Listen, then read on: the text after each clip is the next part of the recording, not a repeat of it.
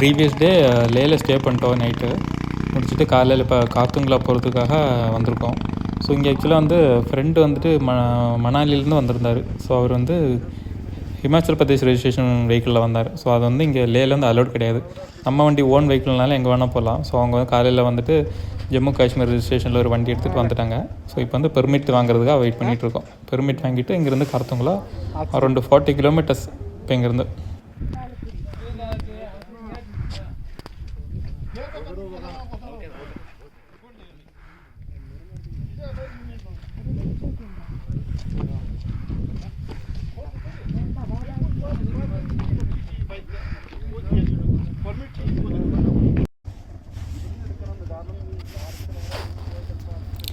லே வரைக்கும் எந்த பிரச்சனையுமே இல்லாத வந்த வண்டி கரெக்டாக கார்த்துங்களா போகிறதுக்கு வந்த உடனே ஸ்டார்ட் ஆக மாட்டேங்குது.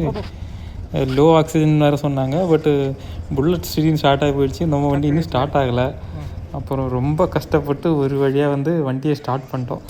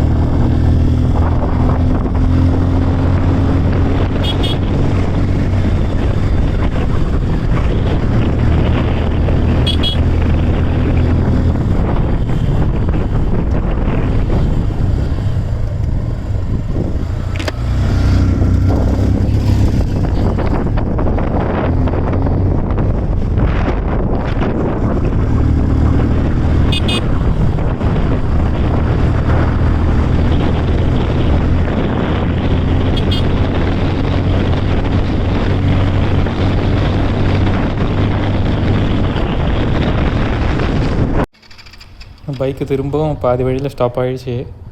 ரொம்ப கஷ்டமாக போயிடுச்சு. ஒரு ஆர்மி மேன் வந்து பார்த்தாங்க, சரியாகலை. ஒரு மராத்தி ஒரு டீம் வந்து பார்த்தாங்க, அவங்களும் சரியாகலை. அப்புறம் கேரளாலேருந்து கொஞ்சம் பேர் வந்திருந்தாங்க. அவங்க வந்து ஒரு வழியாக ரொம்ப கஷ்டப்பட்டு பார்த்து ஒரு வழியாக ரெடி ஆகிடுச்சு. ஃபைனலாக எடுத்துகிட்டு கார்த்துங்களா போய் சேர்ந்தோம். சேரும்போது தான் வந்து ஒரு சாட்டிஸ்ஃபிகேஷனாக ஏதோ ஒரு பெரிய கப்படித்த மாதிரி ஒரு ஃபீலிங். கார்த்துங்களா ரீச் ஆன உடனே கார்த்துங்களால் ஃபஸ்ட்டு ஆக்சிஜனே ரொம்ப கம்மி, ஆக்சுவலாக ரொம்ப லோ லெவல். ஸோ அங்கேயே வந்து மென்ஷன்லாம் பண்ணியிருப்பாங்க, ஒரு 30 மினிட்ஸ் மேலே இங்கே நிற்கக்கூடாது, வந்தோடனே போகணுன்னு சொல்லிட்டு. ஸோ ஒரு அரௌண்ட் ½ அன் ஹவர் இல்லை ஒரு 1 ஹவர் பக்கத்தில் அங்கே நான் ஃபோட்டோலாம் எடுத்து. பட் நல்லா இருந்துச்சு, மெமரபிள்.